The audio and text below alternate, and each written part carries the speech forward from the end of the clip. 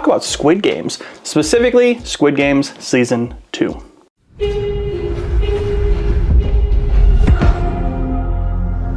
Now, if you haven't heard of Squid Games, Season 1 came out a few years ago. It's a global phenomenon, kind of hard to miss it.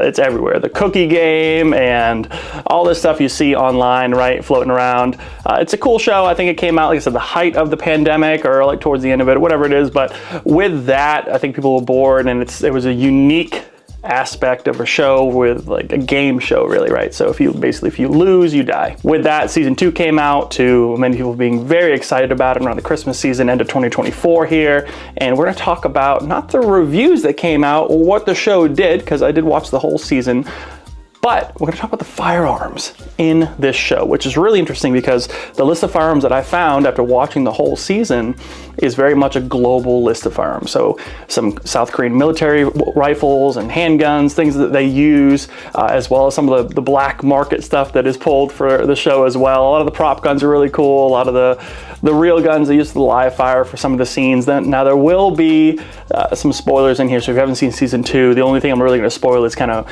what and where. So like what firearms are used, where they're used, and kind of give you some context. And then I'll show you some live demonstrations on some of these firearms to kind of get you a feel for how they're used and how they work. Without further ado, the #1 most used firearm in the entire show and Season 1 as well is the MP5. That's right, Heckler Koch MP5. Specifically, this one is an MP5A3. It looks like, you can tell a lot of them have collapsible stocks. They have that triangle thin handguard up front.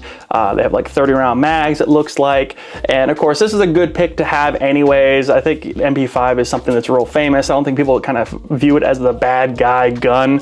But with this show, a lot of the guards use this particular 9mm submachine gun. And with that, towards the end, there's a big rebellion that happens, and they pick up a bunch of mags and a bunch of the MP5s and go and try to take the HQ of this island of the game show, right? So that was kind of cool to see. It was fairly well done, I think. I think all of them were terrible at aiming, but let me show you what an MP5 really is all about. This little guy is an MP5, originally made by H&K, which is Heckler Koch, out of Germany. This is an infamous firearm. I think if someone sees this, they almost instantly recognize it, really from video games, movies, TV shows. Very famous. And this one is actually the K series. So the K is MP5K for short. It's a shorter barrel, so it's about a 4.5-inch barrel versus the longer MP5, which is just designated MP5. And there's some variants in there as well. That now has an 8.9-inch barrel. A lot of fun to shoot. Super easy to use, deploys a roller delayed blowback design, which is actually rollers on the face of the bolt, which you can't really see, but I'll roll a picture in here or a little video. And the rollers actually slow down the bolt from coming back, which allows this to be a much smoother firearm than your typical blowback, which is just a hunk of metal blowing back for 9mm, and it is 9mm. This one actually is an MKE branded one, so it's a clone of the original MP5K. There's a lot of clones out there. There's an AP5P. Clones are usually cheaper, typically made out of Turkey. This one's made in Turkey.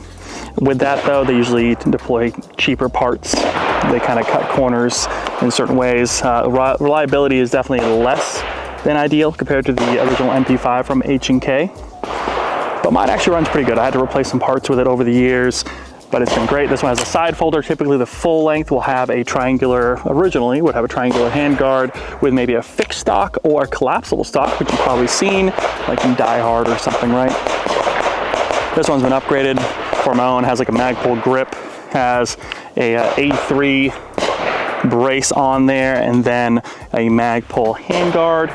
Little shorty there. You can also suppress it, which is very nice. These run great suppressed. Has a safety. Right now you're in safe. Flip it down 1, you're in semi-auto. Flip it down again. If you have that option, which is a civilian semi-automatic, you would actually have full auto. which is pretty cool. Sights are very simple, protected front sight with a single blade up front, kind of really a post really. And then the back is actually fantastic. There are 4 options for rotating the rear sight. And when you rotate it, you have different levels of field of view, depending on how wide you want to go. And this can accept a claw mount Picatinny rail, they call it. We can put a red dot on here, but a lot of folks like these sights so much, and myself included, I don't really need a red dot on there. This is one of the more older firearms actually being utilized today still in police and military use. This thing was made, I think, back in the 60s. So it was way back when, and it still is using the same overall design that they've had all these years later. Operation of the firearm is fairly simple. You can kind of see that there's actually a charging handle right here on the left side. You can actually pull it back and lock it, which is where you get that HK slap. Very famous.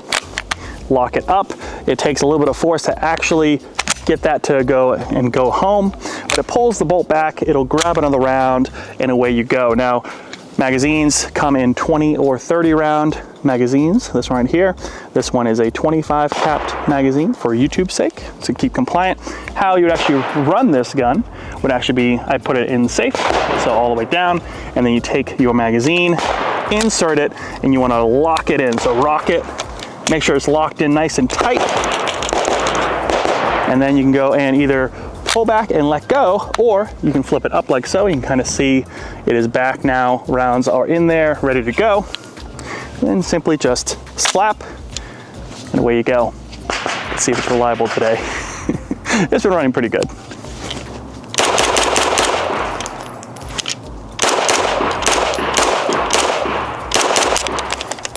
No last round the bolt hold open. You actually have to pull it back and up to lock it back. You don't really have to lock it back. You can simply strip your mag out by pulling forward on this. And let's say you take your mag out, drop your mag, take another mag, slide it in. It rocks in much easier on an open bolt. And then, like I said, either slap, or you can just go and pull it back and let it go.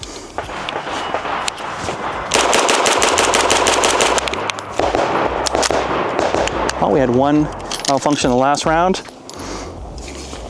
but pretty good. That's kind of how clones are, honestly. I do see that. I think if you really want the real OG, go HK. But with that, these clones are fun and the price point is nice. So the MP5. Smith & Wesson Model 19 38 Special revolver. So it's a 6-shot revolver, right? It is a very famous revolver used through all different countries still for police and military use. I mean, Smith & Wesson, very reliable, very well built, and 38 Special is kind of the round they choose. And up until probably the last 20, 30 years, police in the US were exclusively using that type of round for a lot of their sidearms, especially a lot of the older movies and shows. You can see they weren't all carrying Glocks and Berettas. It was probably Beretta and then Glocks, right, for a while there. So Beretta had the market for a little bit there until the Wonder Glock came out, apparently, right? So with that, I think the South Korean police, they had a lot of the revolvers still, and then you can see that the head guards there, I think they're the squares, right? It's little squares on their masks. They have those Smith & Wesson Model 19 revolvers as well. I don't have that exact model, but I do have a 6-shot revolver in 38 Special. Very similar to show you. Working in some new oil that I just put in there. If your cylinder on a revolver is gummed up in any way or dirty, it's gonna just make the hammer and the trigger feel that much worse. This is a Taurus Model 856. It has a 3-inch barrel, has a nice sight line there. Actual in the frame itself is a groove for the rear sight. Front is an Ameriglow H3FJ night sight, orange dot. Honestly, it's not blacked out, but it is my favorite kind of sight picture. Nice bright front, simple notch with not a lot of coloration on here. This is a 38 Special revolver. See that right there? Little guy's very famous 6-shot cylinder. Packmeyer grips, slap these wooden grips on, just kind of more of a classier look to it. Revolvers are a very mechanical type of firearm, type of device, right? So everything from the cylinder to the arm, to the trigger, to the hammer, all that is just totally different than any other type of semi-automatic or something, right? So it's just a different type of shooting mentality, and they're a lot of fun. If you don't have one, these are really cool. They're very much a budget option, come in different types of barrel lengths. I think there's like a 2-inch and a 3-inch, this being of course the 3-inch. Simple plunger there to release all the casings once you're done firing. How it works is once you load your 6 rounds in here, you can go and push the cylinder in. You really don't want to slap it. It might actually potentially cause harm to the arm, which is right here, right, attached to the frame. Spin it in like that, and with that, whatever round is right here at about like the 1 o'clock position, that's the first round, because whether you cock it back and then pull it in single action, nice, simple, clean trigger pull, or if you go and do that double action, you can see it'll push and rotate that next round, right? Like so. Now you push this lever here forward, that releases the cylinder, and it pops forward like so. Then you can take 6 rounds, 38 special. Again, it's just a joy. They're a lot of fun. They really are. I have a couple of Tauruses actually. So 6 rounds like so. You can kind of see how that lifter will work in the end here. And then you just go and simply push it in. And like I said, that 1 o'clock is gonna be the first one. Let's do a double action first. Nice long trigger pull.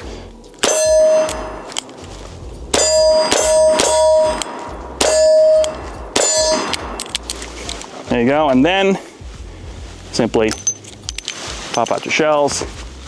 You can reload if you want. Throw in 1 round. Let's see if we can time it right. 1 round, and you can typically time it right. You can lock it in. If it's not locked in, you can actually hold the hammer back slightly and spin it to where you want, depending, maybe you have like plus P or some other type of round in there, right? And now I pull the trigger, pull the hammer back, sorry, pull the hammer back. Now you're ready to go.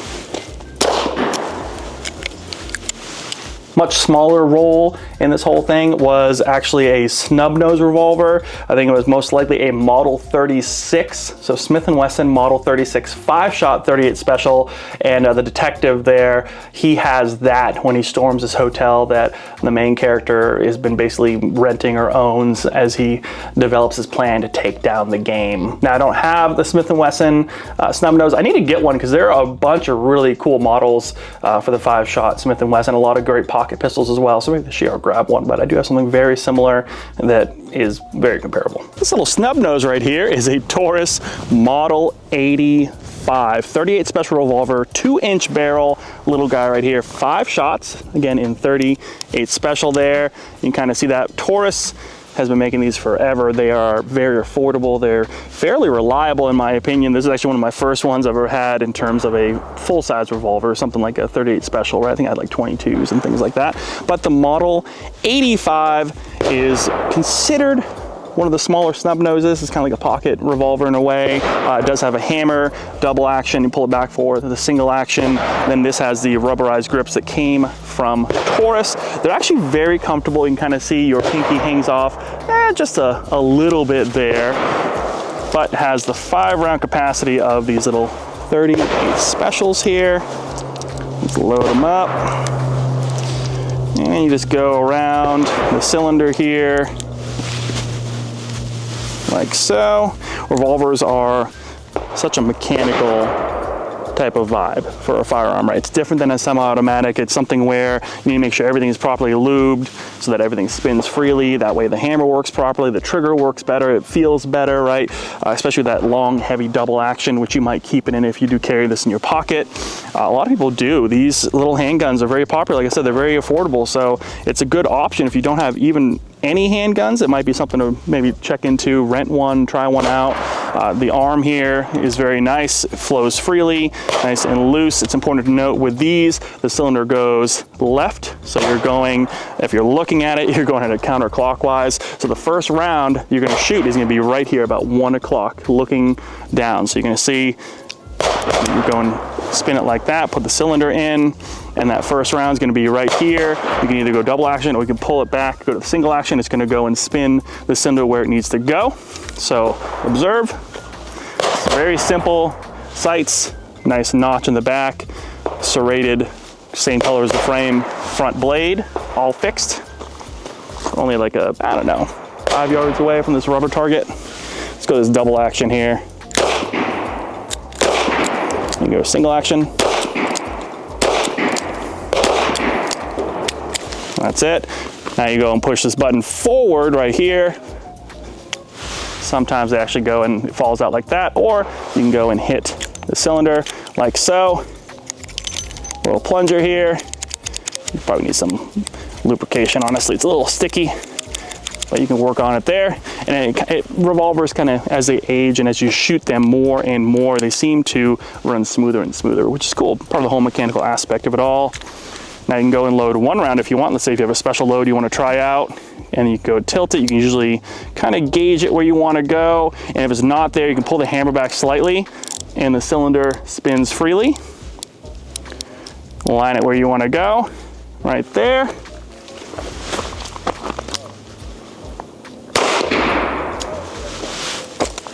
And fire that one round. Honestly, it's a very comfortable revolver to shoot. It's really not that bad, and it can handle that plus P loads, which is really neat. Glock 19, Glock 17, you see them throughout the show, really more early on.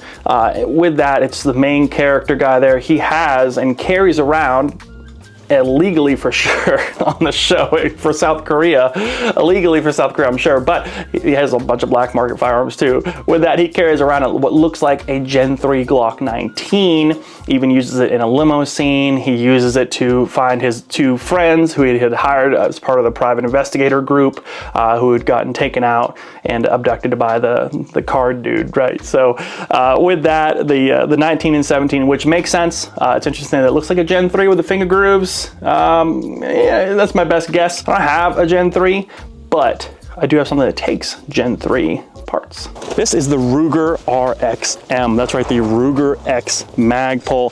Magpul handled the grip as they should, because Magpul does great with all of their polymer type products. And with that, it has a K2 style of grip like so, and then Ruger handled pretty much everything else, including the serialized chassis system that is inside of here.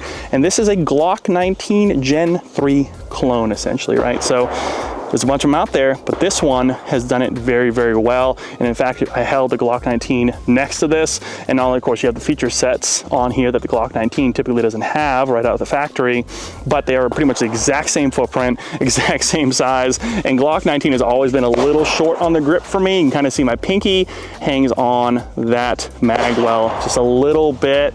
But with that, this thing shoots really well. It has an internal flared mag well in here, front serrations, rear serrations, RMR, RMSC cuts in there. It has pins that you can load up to choose which red dot you want on there. 1/3 co-witness steel, right? Steel sights compared to the plastic Glock ones, with that 1/3 co-witness blacked out serrated rear, front night sight, 1/3 co-witness, which is very nice. I like that single dot, nice and lined up with that rear sight like so. Accessory rail, of course, slap on whatever light, laser, whatever you want on there. Trigger is typical of like a Glock trigger, really.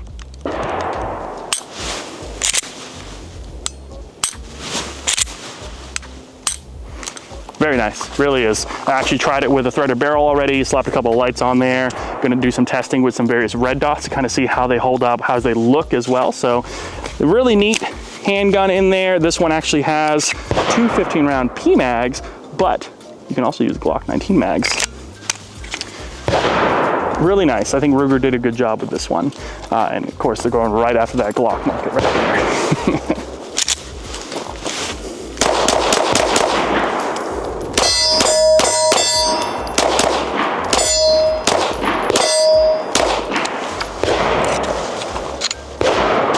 You'll see the Ruger RXM in a future full review. It's probably my favorite firearm that came out of 2024. I know it was on the very tail end of 2024, but that thing just runs and it's impressive and it's been a blast to shoot at the range. suppressed, unsuppressed, any type of magazine, of course, you know, Glock compatible magazines, and it's just a lot of fun. I'm kind of messing around with different red dots and things like that, and different lights. And I'm very excited to see when they get the G17, the full grip. If you get that grip module out and you have a cheap 19X on your hands, that's a winner. The Beretta 92FS, possibly the Taurus 92, which is a clone of the Beretta, in stainless, maybe a nickel finish. It's kind of hard to tell with how quickly they pan, but you have some on the big gun wall, which has a whole bunch of black market firearms, and this big gun wall in his indoor range in that hotel the main guy has.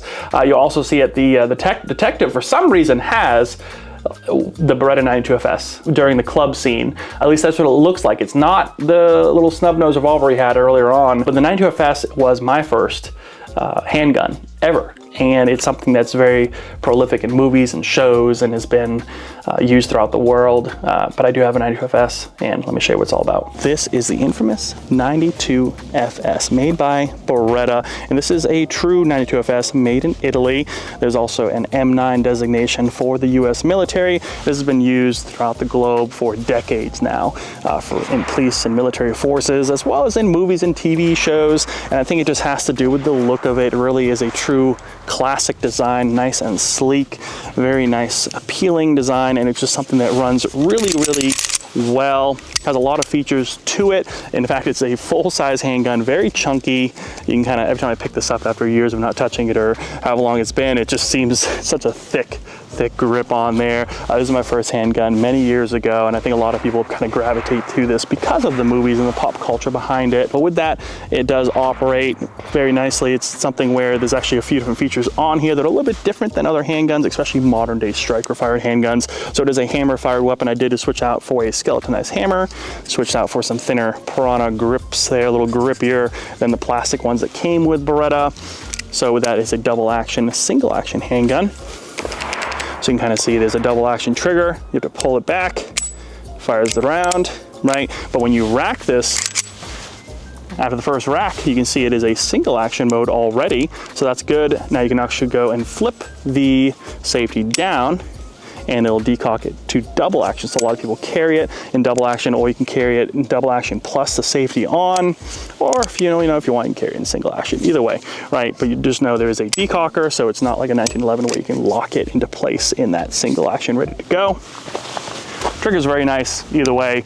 It's pretty smooth to shoot. 15 rounds, 9mm. There's other options out there, 18 rounds, and so on. A little bit higher extension on there as well. Loads like that. Go and slap a mag in like that. You can go and flip off the safety, because if you rack it with the safety on, it's going to decock it immediately and make it so you can't fire it, right? So safety off, you can rack it, and now you're in that single action. You can kind of see there. Sights are very simple. 2 dots in the back, 1 dot in the front. Line them up, and away you go. After single action, you want to go double. You can go into safety here. You can kind of see the trigger's dead. Flip it up. Double action.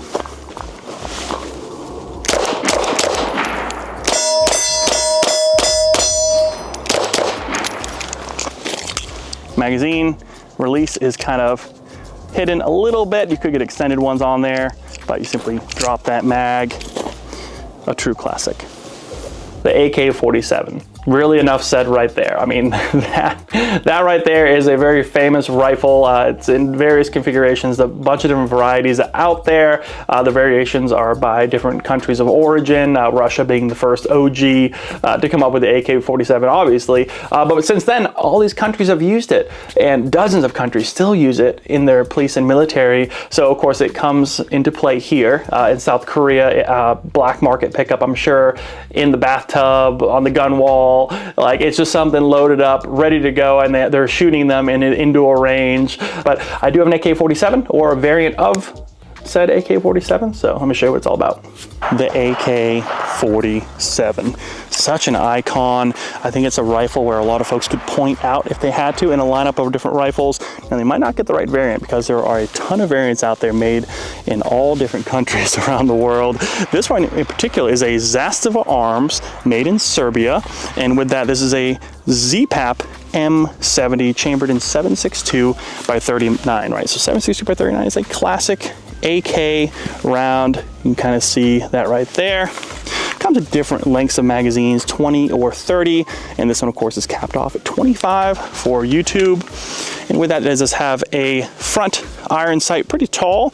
Again, that look of the AK, right? Rear adjustable, rear iron sight there, simple notch, line it up with the front little pin, little blade there, cleaning rod on this one, slanted muzzle brake on here, but you can screw this off and switch it out for different brakes that are out there. Safety is very tactile. Safe is up. It actually blocks the bolt from actuating. Fire is down. So you can go and load the rifle like so. On this side, you have your optic rail on there. All of them are different. There's a few different types of optic rails out there. They simply slide on. They're kind of janky. They're not as modern, really, in terms of how you can actually mount optics on the AK-47 in general, but such a cool looking classic rifle used in many different conflicts around the world, military, police use, movies, TV shows, you name it, right? So to load this, you have your magazine. You're gonna tip it forward like so, and then actually want to catch it on the bottom of that receiver. There's a lip. Look, so now if I pull it down, it's caught on there, right? And you're gonna rock it. So it's a lock, rock, right? So get in there and rock it, and then it's gonna catch on this magazine release, which is right here, but you can simply peel away from. Now, 7.62 by 39 sadly has become very expensive, a little more rare, which is sad because it used to be much cheaper. Being more military surplus type rounds, there's more variants out there of the AK, and there's a lot of different calibers out there as well for how these AKs are being chambered now, and you can use throughout the world. So the AK is still around, but this one is a classic. So, safety down. This one also has a notch, so you can go and rack the bolt all the way back and put the actual charging handle right in that notch and leave it locked open if you wanted to by flipping it back up. This is a long stroke piston system, by the way, so it's a piston in here actually pushing the bolt back.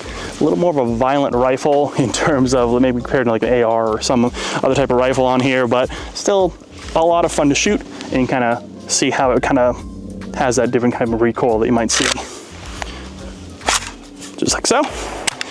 Safety on means the trigger is locked. Safety down, ready to go. Triggers are pretty heavy, kind of military surplus, kind of mil-spec triggers, but you can slap in some new ones if you want.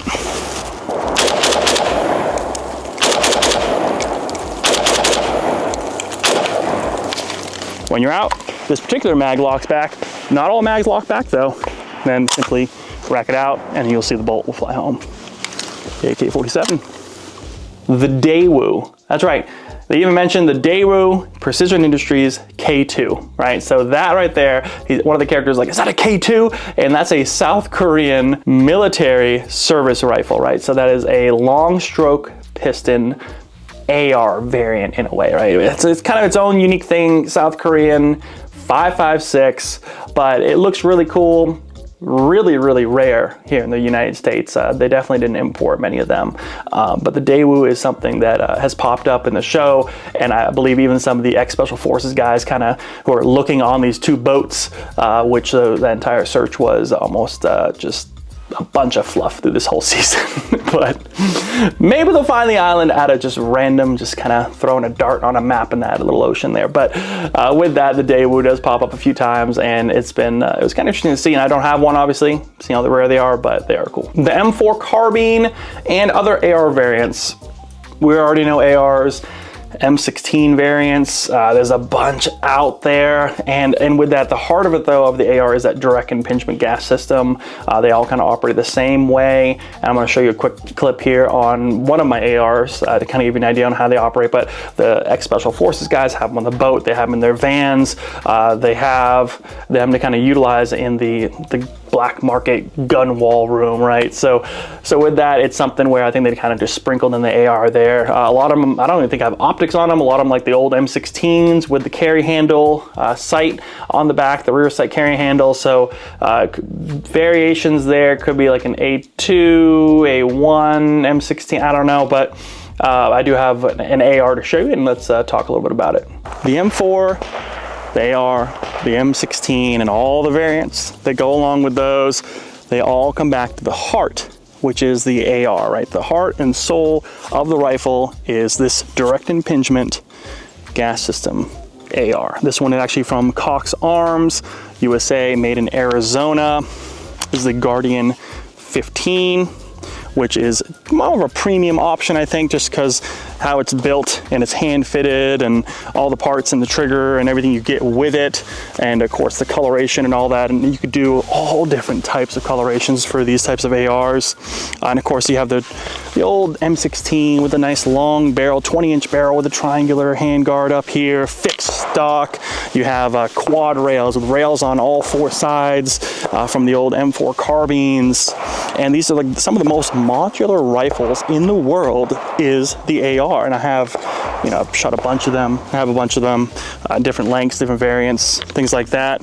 But at the heart of it all, it's a direct impingement gas system, which means when you fire the round, after you load a round, you fire a round, gas goes down the barrel with that round being spent, hits a gas block. Some of the gas is, of course, thrown at the end of the barrel. Some of the gas pops up into this gas tube. It's behind the rail here and goes straight back into this bolt and forces the bolt back to fire the next round. So it's a little dirtier than a piston just because the piston has all the gas up here and pushes a rod back, whereas the gas is literally dumping into the AR. But don't let that stop you, because the AR with that direct impingement gas system is well known for its reliability, as long as you keep it clean and maintained, like all good things.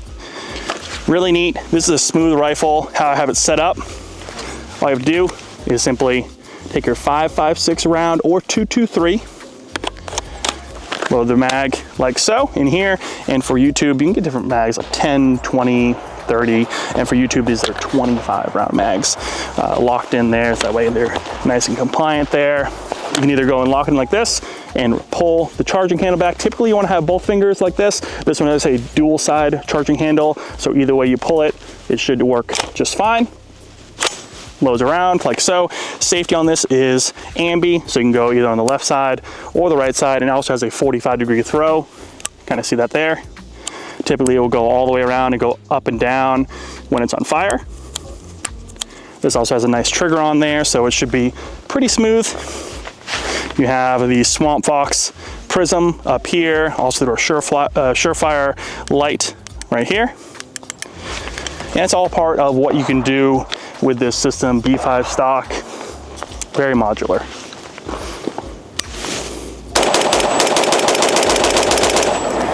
Fast, accurate, smooth. What's not to love?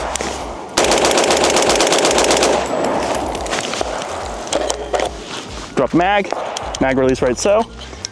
On the right side there. One other interesting feature for pretty much any AR, actually from the beginning of the M16, is your charging handle. Let's say there's a casing stuck, right? There's casing stuck in the chamber, it's back like this, and you're like, oh man, I can't get in there. Well, you're gonna wanna drop the mag first, and then pull your charging handle all the way back, come over here, you have a paddle. Top usually has some kind of texture on it, bottom is a little nub. Push the bottom nub, let the charging handle go, and now you have a free floating charging handle that you can lock forward, and the bolt is now locked back like so. Clear your malfunction, get your mag, put it back in there, ready to go, and then you can actually hit that textured part of the paddle, and that sends a bolt home. Really cool rifle. The HK PSG-1 sniper rifle. This rifle used as a sniper rifle in the first game, which was red light, green light, so kind of carry over from the first season. Now, we didn't see this rifle in the first season. It could have been thought of that they're using MP5s for some reason. In the first one, I can't recall if I think I saw anything besides like just some like CGI'd barrels in that first season. So I think the second season, they went a little bit deeper into the guards and the background of the guards, and they had a bunch of them had the HK PSG-1, which is Heckler Koch, again, kind of like a super precision, super expensive, 1 MOA, very accurate sniper rifle developed by H&K. back after the Munich massacre in 1972 in the Summer Olympics. So they wanted something, because I think they only has like MP5s basically, right? Like we talked about, MP5s and handguns. So they wanted something a little bit nicer. But most likely, like I said, chambered in .308, which is 7.62 by 51 millimeter NATO. Very rare, super expensive. Looked it up. South Korean military does have some, I think the Navy uses them. So with that, it does kind of fit in this, but it's very nice, very interesting rifle to kind of choose of everything else. You'd think they would have chose like, hey, here's some bolt guns or something, right? Like whatever it is. But this being actually, I think it's a roller delayed sniper rifle, is very interesting. And it's something that's also fairly rare and very expensive here in the US. So I don't have one, but they're cool. Finally, the last firearm on my list, and it's the last one you see in the show as the season comes to a close, when they could have taken the HQ. That guy chickened out with the mags. Model 1911A1. That's right, a 1911, even says like caliber 45, I think, on the 1911 that he has. Can't really tell. The picture's kind of blurry. I couldn't really get a good close-up on what model it is, but this one looks to be stainless. It's used by the front man, they call it. So the front man is like the main HQ head bad guy, right? The lead bad guy. Of course, he has a 1911 in stainless, shiny, right? So it was interesting to see that, but it makes sense. So he doesn't pick up a normal revolver like a lot of his minions have, or an MP5. He has his 1911 and 45. So that was cool to see. And of course, I have a 1911, and it's a very unique one. So let's take a look. The M1911A1 has seen use since World War I. This one was made in the spring of 1944. It's a Remington Rand made in Syracuse, New York. 7 rounds, 45 ACP, 230 grains, single stack magazine, fairly simple to load. This design has been around a long time, still utilized today. Let me show you the round compared to the 9mm. So check that out, 9mm. 115 grain, and then 45 ACP, 230 grain. You can kind of see the difference there, and that also attributes to how the handgun was designed, and they want to make sure they can fit those rounds that are much bigger into that magazine, and that's why you get less capacity as well, especially for the time period for World War II. A very interesting grip safety on the back, so that means you have to actually grip the handgun in a decent amount to make sure that it's ready to fire. Take your mag, insert your mag in the bottom, make sure she clicks in there, nice and flush there. And of course, there's different sizes for mags nowadays, but that's what we have, 7-round flush mag from back in the day there. Now, you can do either the slide release right here, or you can simply rack that slide like so. There is a safety on here, and you have to rack the slide in order to ready the firearm, because it doesn't have any kind of double action trigger or anything like that. It is a single action, rack the slide, ready to go. Now you have a cocked and locked, which is also famous for this particular design, where you flip up the safety and you cannot manipulate the slide, you cannot pull the trigger.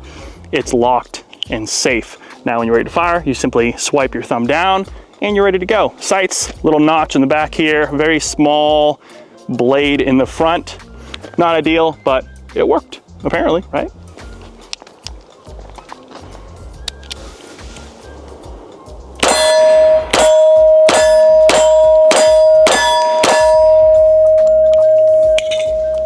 That is it for today. Hope you enjoyed this Squid Games Season 2 guns breakdown and discussing a lot of the firearms that I spotted in the show. If you have seen anything else or have any input you want to talk about from the firearms that maybe I missed in the show, or maybe some interesting factoids you've seen, drop them down in the comments. I'll be happy to read them and respond. If you haven't already, make sure you hit that subscribe button. It really helps me out. Hit that like button as well. I'm going to keep this series going. It's pretty cool. Movie guns breakdown. I kind of like watching movies, and I really enjoy spotting different firearms, spotting maybe things wrong that they should have done differently, or totally different things. Like maybe it's like, oh, that's an airsoft gun. Cool. It's just fun. It's just something, kind of the details that I follow with movies. And I think a lot of you guys do the same thing. So now you know the firearms of Squid Game Season 2, and we'll see you in the next review.